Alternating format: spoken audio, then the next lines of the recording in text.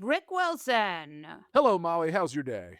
just, another day. So here's my question for you. We are in the middle of the Natalie Harp GOP meltdown. The Donald never the Trump, never-ending harpathon. the Harpathon. Donald Trump has a personal aide. She's a presidential aide, right? And she writes his tweets, and she also declined to get a security clearance. Yeah, and she rides in the, back of the motorcade, and by the back of the motorcade, I mean Yeah, the trunk of the motorcade. that's right. And then this weekend, we saw lots of photos of her running after golf carts. Somebody is doing the leaking from the White House, I'm gonna make the call right now, Molly, and I've talked about this a little bit. If you know Suzy Wiles, you which know you Suzy likes actually do. professionals. Right, She does not like wild cards. She does not right. like cuckoos. She likes professionals. She likes people who can be relied upon to take care of the mission and the job. Natalie Harp is the kind of wild card that sends a Suzy Wiles into an apoplectic fit.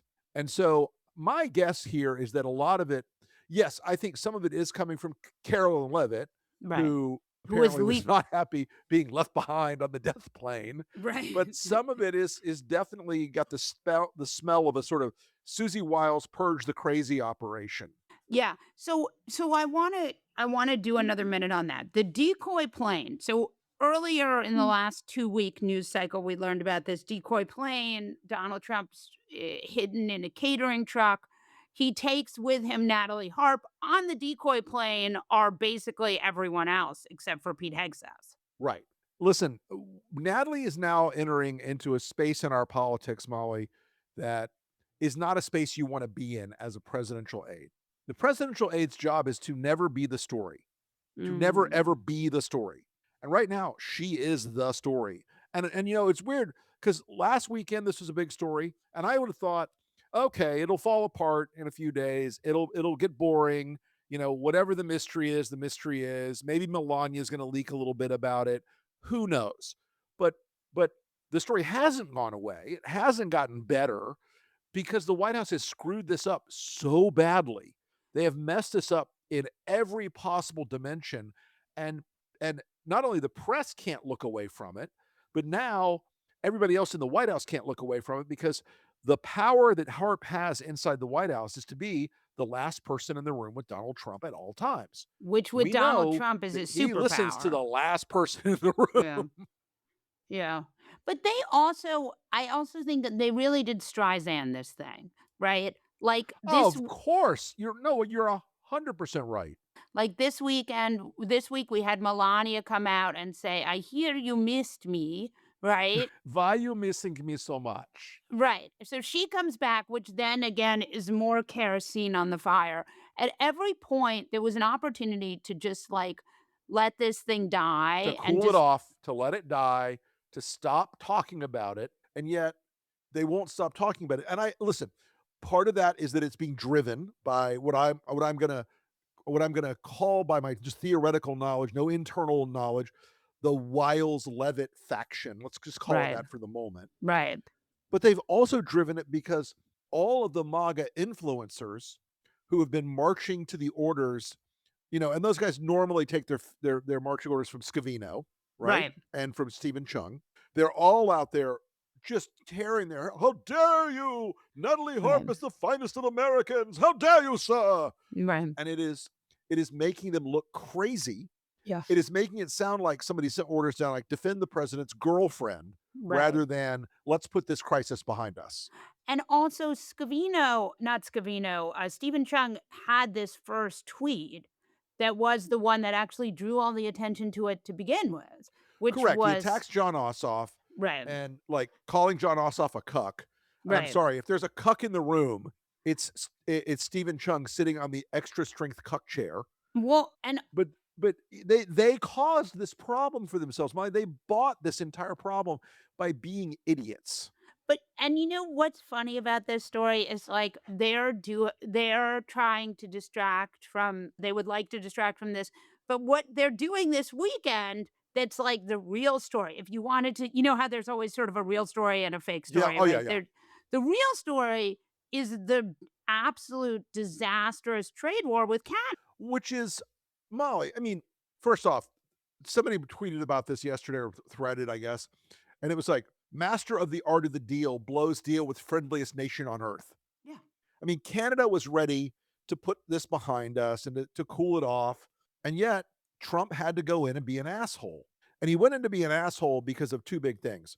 One, Canada, for its own needs, has to keep some of its own petroleum production. Right. You know, they do need gas still and diesel, and he wanted more because he's burned through all of our strategic reserves and started a war Right. that he can't win in Iran, which has driven the price and the supply of oil, the price up and the supply down. Down. And so he's mad at Canada instead of Right. himself. It's the classic Trump thing, like, "Yeah, sure, I blew everything up. I really messed up. I've done everything wrong, but hey, look at these guys over here." Yeah. Um, and yeah, that is going to be a massive story. Canada is our largest trading partner. Yeah. It just it the degree of incompetence among these people, the incompetence of Trump world never It's stops growing. the After Canada. all this time, you think, "Yeah, maybe they've hit a peak. No. Maybe No, they've done no. as much damage as they can." But, oh, no, it's always like, "Hold my beer, dude. We're gonna do some more damage." But the Canada thing, I think, is important for a number of reasons that are relevant to this moment too, which is Mhm. we're less than 80 days from the midterms. Yep, We have these Senate races in states that butt Canada, Maine, Michigan. Those are two seats that Democrats, Alaska. Alaska, desperately need to win, Yep, and they're competitive. And like this is a gift to Dr. El Sayed. It's a yep. gift to Troy Tony. Jen. Yeah, It's Troy, a yeah. gift to Mary Potola. Explain to us why. All of these states that you're talking about right now, correctly, you've exactly identified the issue. These states conduct a tremendous amount of their own economic enterprise between themselves and Canada. I mean, Michigan and Canada have traditionally over what was the old bridge and now the new bridge, billions and billions of dollars every single day go back and forth between these countries, whether it's food or auto parts, everything. It is a massive, massive economic driver for that economy. And if you want to put a single party behind the damage that's going to do to Michigan's economy, it's Donald Trump's party. Not Right. only because it's Donald Trump doing it, but also because not a single Republican will stand up and say, "Mr. President, these tariffs are wrong and they're hurting us." You know, that's going to happen again in Maine. Susan Collins can say, "I just feel these tariffs aren't right." But since she'll go and vote for every single thing Trump wants, it's going to really hurt her. In Right. Alaska, same story. Mary Peltola is going to go to Sullivan and say, "Hey, you back the tariffs that are hurting our economy." And he's going to have to say, "Humana, humana, humana, Donald Trump Right. is a genius." Right. They are in a bad spot on these. And even broader than that, Molly, one of the groups in America you could profile as being some of the most pro-Trump people in the world, cattlemen and farmers Right. and ranchers, okay? They have been screwed this week by the announcement that Trump is going to bring in 600,000 tons of Brazilian and Argentinian mystery meat Right. to try to bring the price of beef down. And the reason American cattlemen and ranchers and farmers have been so hurt is his tariffs have destroyed their overseas markets, soybeans, Right. corn, timber. Um, and his war has driven up the price of fertilizer and fuel. And so you've got this weekend, there's a grassroots explosion happening across this country of people who voted for Trump three times, Right. who voted Republican three times in the last three election cycles, who are reddest red state guys. And they're like, "I'm done. He's killing our farms." Yeah. Yeah. No, I mean, it is so interesting because we do really have like Donald Trump just doing the opposite of what his voters wanted him to do. And I think the other thing about the tariffs, besides the specifics of like hurting these specific economies of these Right. states, is that it ultimately makes things more expensive too. So if Yes. you're trying to get things to be cheaper, which is, I mean, the irony here, I feel like, is the Biden administration, you would watch them desperately trying to get inflation to go down, and they would do everything they could do it. Yep. And it didn't work because it's very hard to get inflation to go down. Here's Donald Trump doing things to make inflation go up. Correct. He is the every action he's taking with tariffs is directly inflationary. Every single one. And by the way, Molly, one of the inflationary things about this that the White House was not smart enough to figure out is grocery store chains are going to buy this cheap beef Right. and not lower their prices. They're going to keep the profit off the cheap beef. They're going to keep the beef prices where they are right now. They can't cut prices because they are all driven by the quarterly report, world that they all live in. They've all got to report their earnings every quarter. And if they cut prices when they've got an opportunity, they're going to get punished by their shareholders. They're not driven by the market incentives people think they are. They don't care about market share. They're all pretty much not monopolistic, but in most places, most states, there's pretty much a very narrow range. So they're not going to be competing on price. They're going to pocket the savings that they're going to get by this cheaper beef coming in from overseas, and consumers are still going to get screwed. So Trump hurts farmers, ranchers, cattlemen, but doesn't actually help consumers in the end. It's it's an act of genius. I don't know if we've ever had a smarter president than this, Well, except there all of the rest of them. but there is also the world in which these Donald Trump does something that capitalists love to scream about, which is price controls. You know, as I grew up Mm. in that free market Republican Party, we were always so in love with price controls. It was really our favorite thing to do. That and seizing the means of production, of course, which That's is right. another of our favorite things to. Oh wait, that's the communists. I mean, Um, it's amazing though Donald Trump said we're gonna run on communism this yep, midterm. So none of that. I mean, I'm old enough to remember that when they had those fake caravans, yeah, right? the They're not even bothering with the caravans. They're just gonna no. do communism this time. But they're also gonna do price controls and seizing public companies. All I can say is the combination of taking over companies at from the White House, where as we are all aware, the Trump family is getting some slice of each one of these companies on the back end Right. somehow. There's some deal going No on. question. Yeah. The fact that he's done that for dozens of companies now, basically taking them over as US government entities now. I mean, Right. at some point, why doesn't he take over Walmart and call it the Trump distribution system? Trump There Mart. it would not I shouldn't have even said that. He's gonna get that idea in his head now and do it. But, he's doing everything. "Oh, what are hallmarks of communist systems? Taking over the means of production, check. Controlling who can produce what, where, and when, check. Right. Secret police force in the streets, check." I mean, uh, play the Internationale instead of the national anthem for this guy because that's what it looks like more and more. Right. And it's also I wanna talk about sort of the landscape for a minute. So, there was this big reporting from Maggie and Annie Carney Yeah. about this meeting between Jared Kushner, Ugh.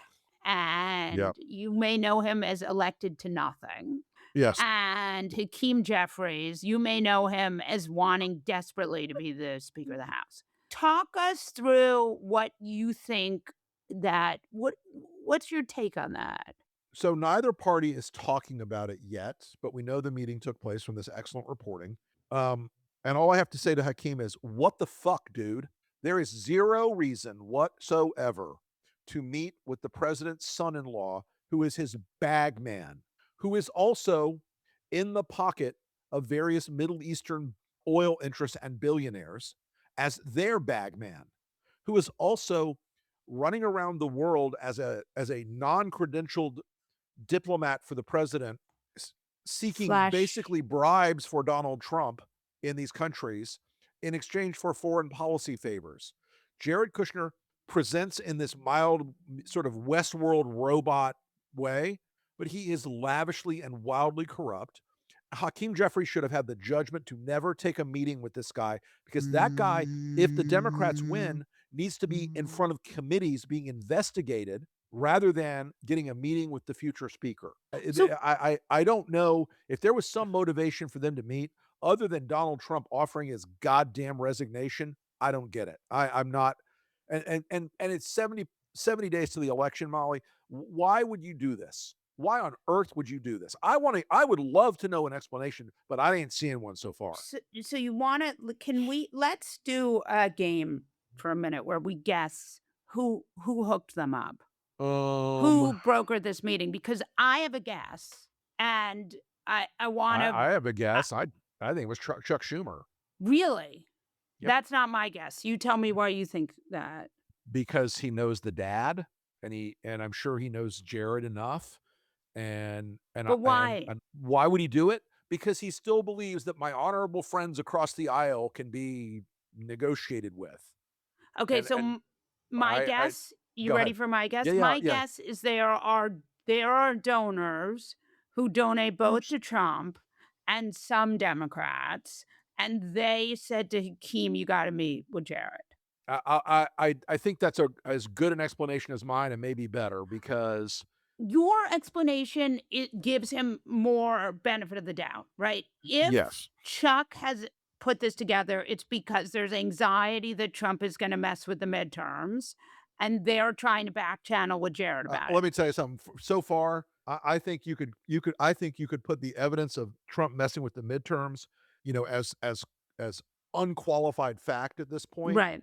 So But I still don't know that I don't know that Hakeem or Chuck Schumer would burn the world down even if they knew about it.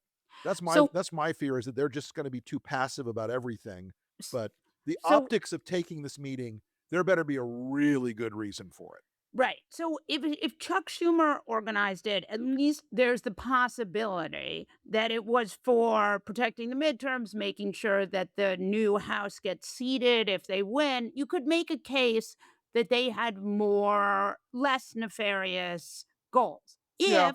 If big Democratic slash Trump donor, which we know there are not many, but there are a bunch of people who No, donate. there's a meaningful number of those. There's a Right. non-zero number of those. I mean, that's a And real group. if those people did a meet and arranged a meeting between Jared and Hakeem, then what do we think they were doing? Because I think they were trying to protect Trying to protect what? APAC? AIPAC and Israel writ large. Could be, could be. But I will say this, um, again, Jared Kushner is not an honest broker in this fight. Right, He is not a legitimate representative of even the president in this fight because, yes, he's the son-in-law, but we now have a decade of evidence about who Jared Kushner is. He is not representing America's interests. He right. is representing the interests of the people who own him and his hedge fund from the Yeah, Middle East, from yeah. Saudi, and from Qatar. And I do not see Jared as an honest broker in this. If it's about Israel, they could have said so, and Hakeem would have had some cover on that from a meaningful number of his. Look, some of his caucus would have been pissy about it. Most of his caucus would not. Right. Right. But My Israel fear is that Jared presents less Trumpy right. than the weirdos and the yahoos and the dipshits in the cabinet. That does not make him less dangerous. Yeah, I mean, I think we'll see what happens with that, but remember the elections in Israel happen a month before the elections in America. So Well, and so I talked to somebody on Thursday. Who said Israel's going through the usual thing right now. There are some aggressive candidates going up against Bibi, and Bibi is pulling out all the stops, all the extra legal bullshit, and this person is not a fan of Bibi Netanyahu by any conceivable stretch of the imagination. And he's like, listen, I still give the guy odds to win because he appeals to enough of those small religious parties and enough of his traditional base that he's going to try to cling on. Would it be better for the world if he wasn't? Absolutely. But if Netanyahu wins another term, I think it's very concerning for the prospects of not only anything. the U.S. but for the globe because you know if you want to look at the proximate cause of Trump taking the bait on Right. Iran, it's that teleconference that he had with Netanyahu where Netanyahu psyched him into it because Trump's not that smart and he's not that good at this game. And Netanyahu is a master of this game. Rick Wilson, Molly Jong-Fast. will you come back? You betcha.